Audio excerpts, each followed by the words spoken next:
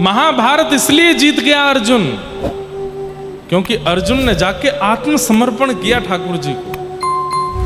कथा सुनी है? दुर्योधन और अर्जुन ये दोनों गए थे द्वारिका महाभारत युद्ध से पहले ठाकुर जी से पूछने कि आप किसके पक्ष में चलोगे। दुर्योधन ने बड़े प्रलोभन दिए, लेकिन भगवान ने एक बात कह दी, एक तरफ अकेला मैं रहूंगा और एक तरफ मेरी पूरी सेना, मैं दोनों की तरफ समान विभाजन करूंगा। एक तरफ अकेला मैं और एक तरफ मेरी पूरी सेना। और अंत में भगवान ने कह दिया, और मैं जिस तरफ रहूंगा शस्त्र नहीं उठाऊंगा। ये बात सुनते ही दुर्योधन बोला, आरती करवाने जा रहे हो युद्ध में, वहां पे दिन रात आपकी आरती करेंगे, अष्टयाम सेवा होगी आपकी। अरे युद्ध में जाना है नाथ, शस्त्र नहीं उठाओगे? बोले नहीं उठाऊंगा। आप दोनों विचार कर लीजिए, मैं चाहिए कि मेरी सेना, और मेरी सेना सशस्त्र जाएगी, और सेना भी थोड़ी बहुत नहीं, हजारों लाखों सैनिक ठाकुर जी कह रहे हैं मैं दे दूंगा सशस्त्र, लेकिन दूसरी तरफ अकेला मैं रहूंगा, वो भी शस्त्र नहीं उठाऊंगा। दुर्योधन तुरंत मीठा बन करके बोलने लगा, ठाकुर जी मैंने वैसे देखा है आपका अर्जुन से प्रेम बहुत ज्यादा है, आप अर्जुन से बहुत, आप दोनों की यारी के तो चर्चे पूरे कुरुक्षेत्र में, पूरे हस्तिनापुर में चलते रहते हैं। एक काम कीजिए ना। बोले क्या? मैं सेना ले जाता हूं, आप दोनों की पटती भी बहुत है, आप इसके साथ रह लो। भगवान ने कहा अर्जुन हां करेगा तो। अर्जुन क्या? बोले नहीं नहीं मैं तो इसी में राजी हूं, आप मेरी तरफ रहो। भगवान बोले सोच ले, शस्त्र नहीं उठाऊंगा, निहत्था रहूंगा मैं। बोले आप रहना, चाहे बिना कुछ लिए रहना, पर रहना। सेना लेकर के जब दुर्योधन चला गया तो भगवान ने बड़ी डांट लगाई अर्जुन को। अरे पहले ही कौरवों के पास इतनी बड़ी सेना, ऊपर से मेरी द्वारिका की सेना लेकर के चले गए। तुझे सेना मांग लेनी थी और ये कह देना था कि हमारी सैन्य बल वैसे ही कम है, आपकी सेना दे दो, आप कौरवों की तरफ चले जाओ। अर्जुन जो बात कहते हैं ना, वो मुझे ये बात मैं अपने जीवन में इंप्लीमेंट करता हूं, इसलिए आपको बता रहा हूं। अर्जुन क्या कहता है भगवान से? श्याम सुंदर, पहली बात, दुर्योधन जिस कामना से आया था मैं उस कामना से नहीं आया हूं, इसलिए आप हम दोनों को एक मत समझो। मैं ना तो आपसे कुछ मांगने आया था और ना आपको मांगने आया था, ना मुझे आपसे कुछ चाहिए और ना ही आप चाहिए। भगवान बोले तो क्यों आए थे? दंडवत प्रणाम करके अपना हाथ भगवान के हाथ में देकर के अर्जुन कहता है मैं खुद को देने आया था, खुद को अर्पित करने आया। महाभारत युद्ध मेरे सामने है नाथ, पकड़ लीजिए हाथ। मुझे नहीं पता मुझे क्या करना है, मेरा दिमाग शून्य रहेगा पूरे महाभारत में। आप कहोगे बाएं तो बाएं जाऊंगा, आप कहोगे दाएं तो दाएं जाऊंगा, आप कहोगे सीधे तो सीधे, आप कहोगे कूद जा खाई में तो कूद जाऊंगा। अपनी बुद्धि से नहीं चलने वाला मैं, आप चलाओगे। भगवान ने हृदय से लगा लिया अर्जुन को।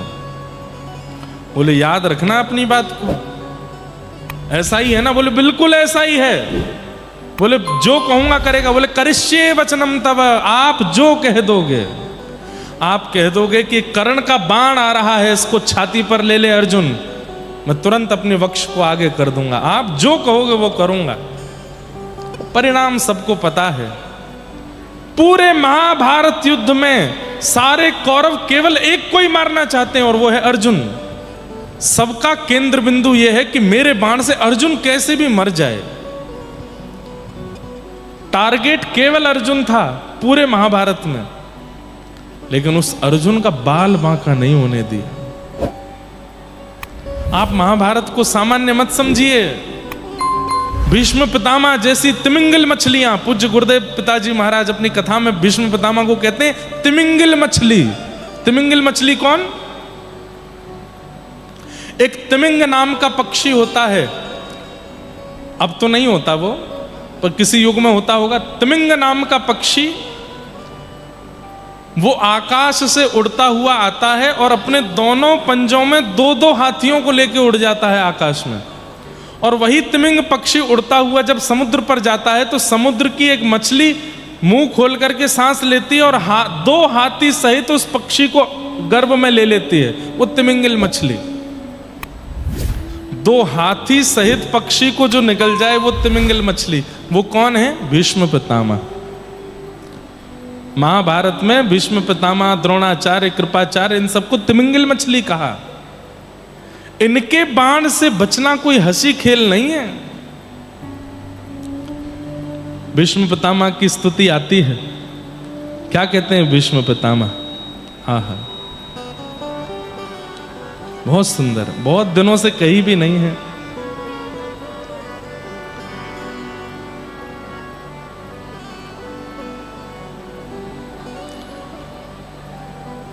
युधितुर गरजो विधुम्न विश्वक कचलुलित श्रमवार्यलंकृताशे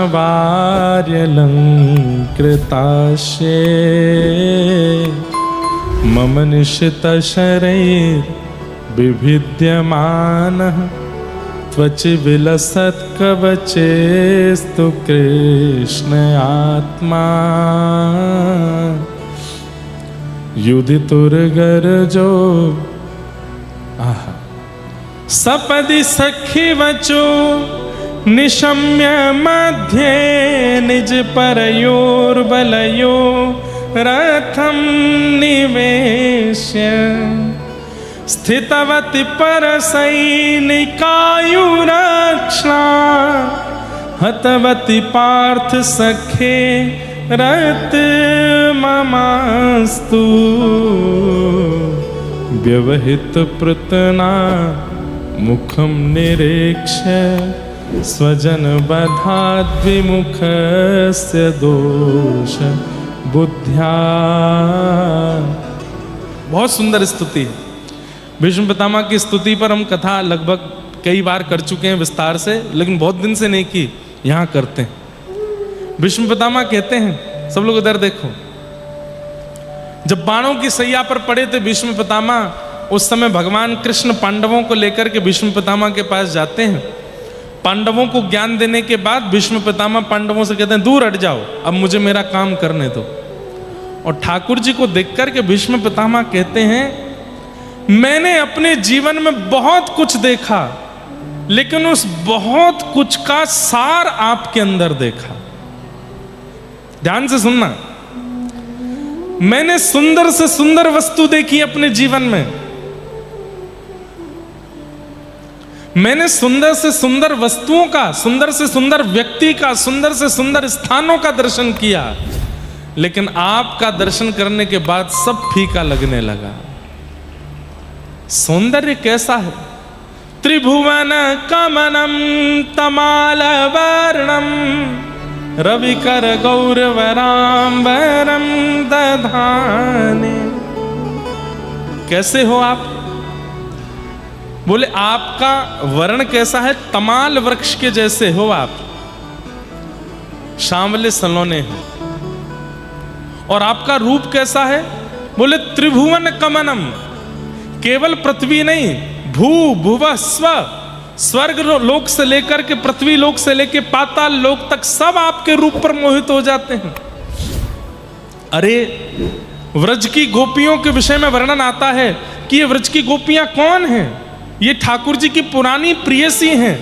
तब कहने लगे ये प्रियसी कैसे हो गई ठाकुर जी की? इससे पहले तो ठाकुर जी बराह बन के आए थे, नृसिंह बन के आए थे, मत्स्य बन के आए थे, कूर्म बन के आए थे, कच्छप बन के आए थे। ये ठाकुर जी की प्रियसी कैसे हो गई? तब कहते हैं जब ठाकुर जी वराह बन के आए तो जितनी वरही थी वो सब ठाकुर जी पर मोहित हो गई। जब ठाकुर जी सिंह बन करके आए तो जितनी सिंहनियां थी सब ठाकुर जी पर मोहित हो गई। जब ठाकुर जी मत्स्य बन के आए तो समुद्र और जल की जितनी मछलियां थी सब ठाकुर जी पर मोहित हो गईं। और जिसने भी ठाकुर जी को देखा वो जब मोहित हुई, उनको देखते देखते उसने अपने प्राण त्याग दिए। अंते यामति सा गति, अंत में ठाकुर जी का स्मरण करते हुए प्राण त्यागने पर वो सिंहनियां, वो बरही, वो मत्स्य, वे सभी ब्रजमंडल की गोपी बन करके आ गई हैं ठाकुर जी के संग रास करने के लिए। कैसा रूप है ठाकुर जी का। त्रिभुवन कमनम, अरे कहते हैं इन तीनों लोकों में सबसे सुंदर है कामदेव। कामदेव बहुत सुंदर है, लेकिन वो कामदेव भी जब वृंदावन में प्रवेश करता है और वृंदावन में रास रचा रहे त्रिभंग लली श्याम सुंदर मदन मोहन का जब दर्शन करता है तो कामदेव मूर्छित होकर गिर पड़ता है उनकी सुंदरता को देख के। कितने सुंदर हैं वो। त्रिभुवन कमनम तमाल वरणम रविकर गौरवराम्बरम दधाने। कहते हैं जब श्याम सुंदर नंद भवन से निकलते हैं तो सूर्य नारायण बादलों को आज्ञा देते हैं तुरंत आकर के मेरे आगे ओट बना दो, छुपा दो मुझको। क्यों? बोले एक सूर्य घूम रहा है पृथ्वी पर, मेरी आवश्यकता क्या है। ये तो मैंने देखा। अपनी एक बिल्कुल सत्य घटना बताऊं। पिछली बार रथ यात्रा के समय में नहीं आ पाया था, तो जब उल्टा रथ होता तब मैं आया। पहली बार मैंने रथ का दर्शन किया अपने जीवन में।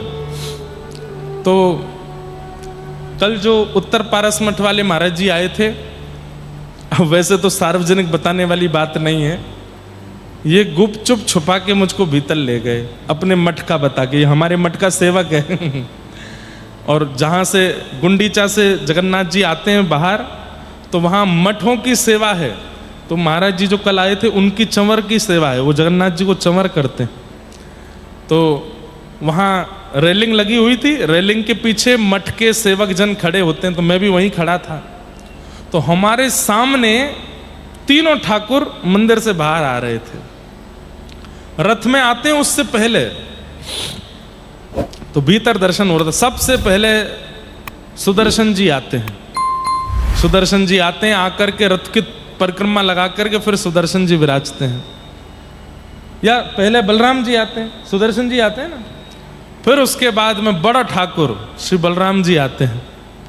आते हैं महाराज, कभी यूं गिरते हुए, कभी ऐसे गिरते हुए, खूब आनंद। बिल्कुल ऐसे ही देखा सामने से, क्या आनंद होता है। उसके बाद सुभद्रा जी तो गोद ऐसे उठ के ही आती हैं, ये तो कंधों पे ही आती हैं सब पंडा पुजारियों के। और फिर जब आना होता है महाप्रभु जगन्नाथ का, तो हमारे महाराज जी उत्तर पारस मठ वाले कल जो आए, इन्होंने एक बात कही मुझसे। स्कंद पुराण में भी शायद कहीं इसका उल्लेख होगा, और जो जहां भी है मैं उसका वर्णन करूंगा कि दारू ब्रह्म, दारू कहते हैं लकड़ी को, ये दारू ब्रह्म जो जगन्नाथ हैं ये साक्षात परमात्मा है। इसके लक्षण क्या हैं? तो अनेक लक्षणों में एक लक्षण है कि ये जब जब अपने मंदिर से बाहर आएंगे, जब जब अपने मंदिर से बाहर आएंगे, चाहे एक बूंद आकाश से गिरे, वर्षा होगी, ये निश्चित है। महाराज जी और हम ये चर्चा कर रहे थे, बलभद्र जी निकल गए, सुभद्रा जी निकल गई, सुदर्शन जी निकल गए, अब बारी कालिया ठाकुर आ रहे हैं। मैंने कहा महाराज जी स्कंद पुराण में ऐसा कहते हैं कि ठाकुर जी जब जब मंदिर से बाहर आते हैं वर्षा होती है, यहां तो ऊपर दूर दूर तक बादल ही ना है। तो एक ब्रजवासी होने के नाते मन में ऐसी बात आने लगी, लाला नेक तो लाज बचा, कैसे करके कहीं ते तो वर्षा करो, कहीं ऐसा नहीं हो कि आप में वर्षा नहीं हो। स्कंद पुराण की या जिन भी आचार्यों से हमने ये बात सुनी, कहीं वो मिथ्या नहीं हो जाए। सब देख रहे थे जगन्नाथ जी आने वाले, और मैं देख रहा था बादल कहाँ है भाई, कहीं बादल नहीं दिख रहा है। मैं अभी भी बता रहा हूं तो मेरे रोंगटे खड़े हो रहे हैं। वो जो क्या बोलते हैं, जो नाद बजता है, होलू ध्वनि है, हटकुआ, क्या बोलते हैं जो बचता है, सबको पता ही है। हुलू ध्वनि तो वहां होती बंगाल में जो करते हैं, यहां पे भी करते हैं ना। हाँ। तो खूब जोर से बज रहा था और बस ये लग रहा था अब आए महाप्रभु जी, अब आए महाप्रभु जी, अब आए। और मैं कहूं कि कहां आए बादल, हे शाम घन कब बरसेगो। और आप विश्वास माने जैसे ही महाप्रभु जी बाहर आए, जाने कहां से एक बादल ऊपर आया और रिमझिम रिमझिम रिमझिम रिमझिम वर्षा होने लगी। ज्यादा नहीं, केवल 5-10 सेकंड के लिए थी, फर्श गीला हो गया बस, लेकिन वर्षा। ये प्रमाण है कि ये साक्षात परमात्मा। ये जब जब मंदिर से बाहर आएंगे तब तब वर्षा होगी। जब कृष्ण जन्माष्टमी होती है, पूरे विश्व की नहीं पता मुझे, हमारे मथुरा वृंदावन में रात्रि 12 बजे वर्षा होगी, निश्चित होती है, चाहे कहीं भी हो। वहां की कोई बात नहीं कह सकते कि कहीं होगी कि नहीं, पर वृंदावन में, मथुरा में और कृष्ण जन्मभूमि पर भी ऐसा भी होता है ना, एक शहर में कहीं हो रही कहीं नहीं हो रही, कृष्ण जन्मभूमि पर वर्षा होती है। 12 बजे रात्रि को चाहे एक बूंद गिरे, लेकिन गिरेगी। ये प्रमाण है परमात्मा का, अद्भुत। तो त्रिभुवन कमनम तमाल वर्णम रविकर गौरवराम्बरम दधाने। भीष्म पितामह कह रहे हैं, अरे आप जब आ जाते हैं पीतांबरी पहन करके, जब विचरण करते हैं नाथ, हमसे पूछिए। सूर्य को भी लज्जा हो रही होती है, सूर्य भी अपने आप को बादलों की ओट में छुपा लेता है कि इनके आगे अब मेरे प्रकाश की क्या आवश्यकता है। मैंने सौंदर्य बहुत देखे संसार में, पर आपसे सुंदर कुछ नहीं देखा। दूसरी बात में कहते हैं शौर्य, मैंने बलवान बहुत देखे, लेकिन आपसे जैसा बलवान नहीं देखा। बोले क्यों? अरे कोई धनुष का बल दिखाता है, कोई तलवार का बल दिखाता है, कोई अपने रथ में विराजमान होकर के अपनी वाणी का बल दिखाता है, कोई अपने कवच का बल दिखाता है, कोई अपने मुकुट का बल दिखाता है। लेकिन मैंने ऐसा बलवान पहली बार देखा जिसने बिना शस्त्र धारण किए पूरा महाभारत युद्ध जीत लिया। पूरे महाभारत को जीत लिया आपने। बोले कैसे जीता? तब कहते हैं, आहा युधितुर गरजो विधुम्न विश्वक कचलुलित श्रम वार्यलंकृतास्ये मम निशित शरैर् विविद्यमानः त्वचि विलसन कवचेस्तु कृष्ण आत्मा। आपके बल का भाव इससे पता चलता है कि पूरे महाभारत में रात्रि में एक ही योजना बनती थी। क्या? अर्जुन को कैसे मारना है, अर्जुन को कैसे मारना है, अर्जुन को कैसे। दुर्योधन भी यही योजना बनाता है, दुशासन भी यही योजना बनाता है, कर्ण भी यही योजना बनाता है, अरे गुरु द्रोणाचार्य कृपाचार्य भी यही योजना बनाते हैं। मैं भीष्म पितामह भी इसी योजना में ही रहता था कि अर्जुन कैसे मरेगा। लेकिन सबके केंद्र बिंदु में होते हुए भी अर्जुन को एक बाण स्पर्श नहीं कर पाया। क्यों? उसके सारथी आप थे। आप इतनी द्रुत गति से उसके रथ को घुमाते थे, कभी इधर लेके जाते, कभी उधर लेके जाते, कभी यहां पहुंच जाते, कभी उधर पहुंच जाते। मेरे मन में आया कि मैंने शौर्यवान तो बहुत देखे, लेकिन आप जैसा नहीं देखा। आपके शौर्य का प्रभाव था कि अर्जुन को एक बाण स्पर्श नहीं कर पाया।